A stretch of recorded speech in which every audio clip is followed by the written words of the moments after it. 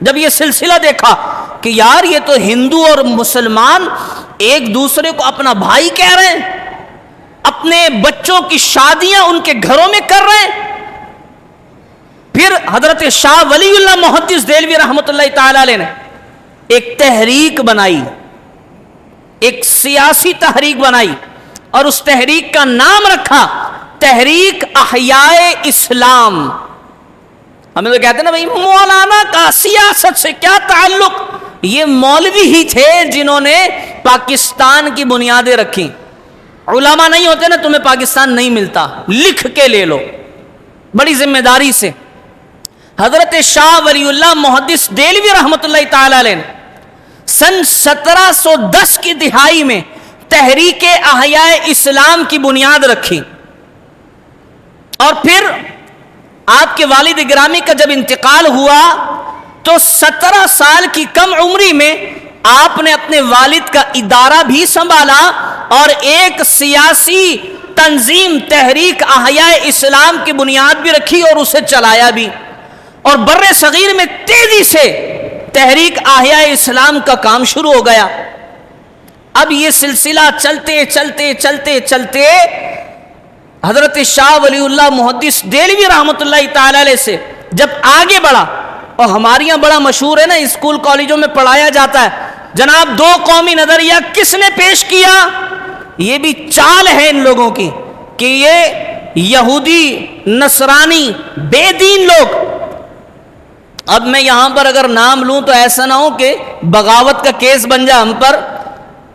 ہمارے یہاں ایسے بے دین آدمی جس نے پاکستان بر صغیر میں مدرسے اور اسکول کھول کر مسلمان بچوں کو ان کے عقائد کا، ان کے نظریات کا بیڑا غرق کیا، اتنی بڑی داڑھی اور سر پر ٹوپی، اور مسلمانوں کو یہ عقائد دیے کہ یہ جو فرشتے اور ملائکہ جن کا تم نام لیتے ہو ایسی کوئی چیز نہیں ہے، یہ تو جو تم نیکیاں کرتے ہو ان نیکیوں کا نام دوسرا فرشتے اور ملائکہ ہے، جنت جیسی کوئی چیز نہیں، جہنم جیسی کوئی چیز نہیں۔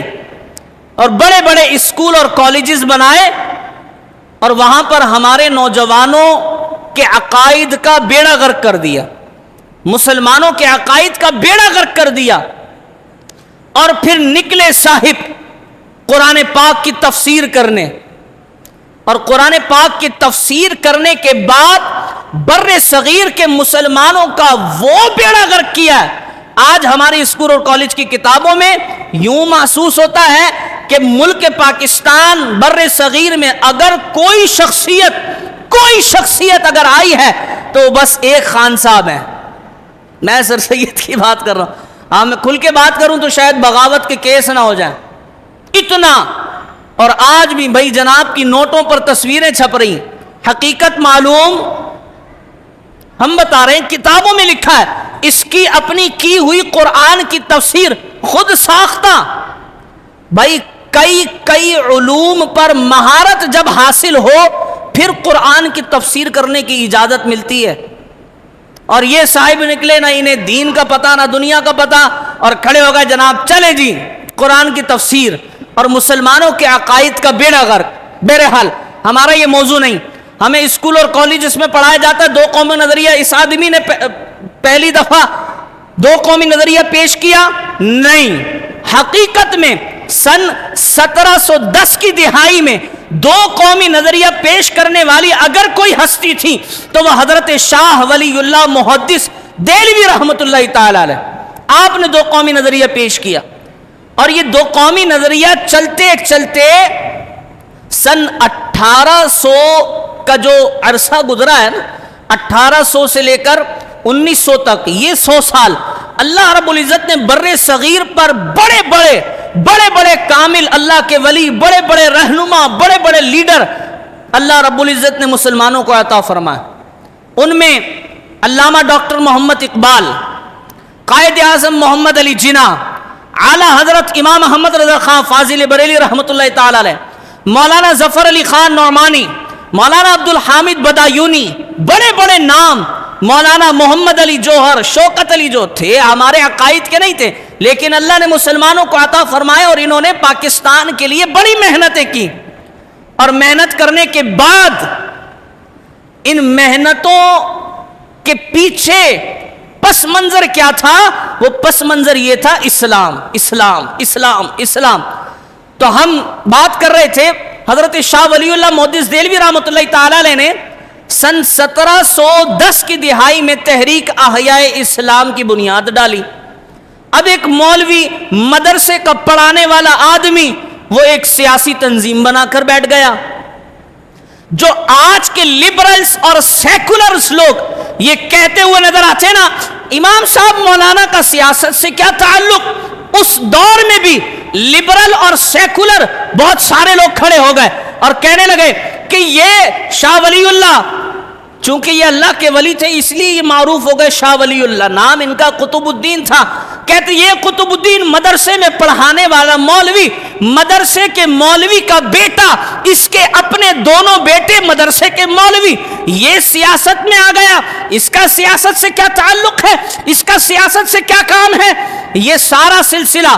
لیکن اللہ رب العزت چونکہ اسلام کی حمایت میں اللہ رب العزت کا فضل ہے، تو اللہ رب العزت نے مسلمانوں پر اپنا خاص فضل فرمایا، اور فضل فرمانے کے بعد اللہ رب العزت نے شاہ ولی اللہ محدث دہلوی رحمۃ اللہ تعالی علیہ کی اس تحریک احیاء اسلام، اللہ رب العزت نے اس کو بڑی کامیابی دی، اور کامیابی دینے کے بعد سن 1730 کی دہائی میں پھر مسلمانوں کے ایک اور مولوی نے دوسری تحریک بنائی۔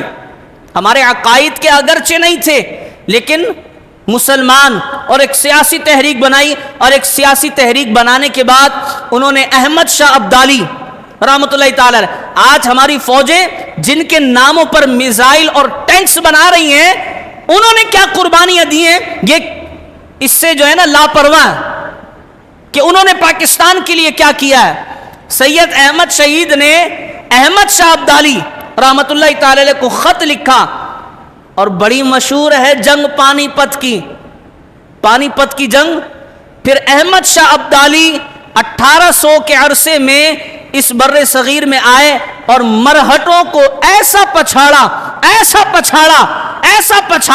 کہ آج تک مرہٹے سنبھل نہیں سکے۔ یہ پانی پت کی جنگ، یہاں تک ہمارا سلسلہ یہ سب پاکستان کے لیے کام ہو رہا ہے۔ ہاں، ہمیں کتابوں میں پڑھایا جاتا ہے بھئی پاکستان کا نظریہ تو 1940 میں پیش کیا گیا، نہیں، سن 712 میں ہی پاکستان کی بنیادیں رکھی جا چکی تھی۔ سن 712 میں نام پاکستان، یہ 1940 کے بعد جو قرارداد پاکستان 23 مارچ کو منظور ہوئی، عوامی قرارداد 23 مارچ کو 1940 میں جب نام پڑا پاکستان، لیکن اس سے پہلے کا جو 1300 سال کا عرصہ ہے اس میں پاکستان کی بنیادیں رکھی جا چکی تھیں، اور انشاءاللہ یہ تحریک احیاء اسلام اور اس کے بعد جو سلسلہ ہم نے ابھی شروع کیا، یہ آئندہ جمعہ ہم اسی کے آگے سے شروع ہوں گے، اور انشاءاللہ ممکن ہے کہ اس سے اگلا جمعہ بھی ہمارا اسی موضوع پر جائے کہ پاکستان اللہ رب العزت نے ہمیں کیوں دیا، ہمارے بزرگوں نے اس کے لیے قربان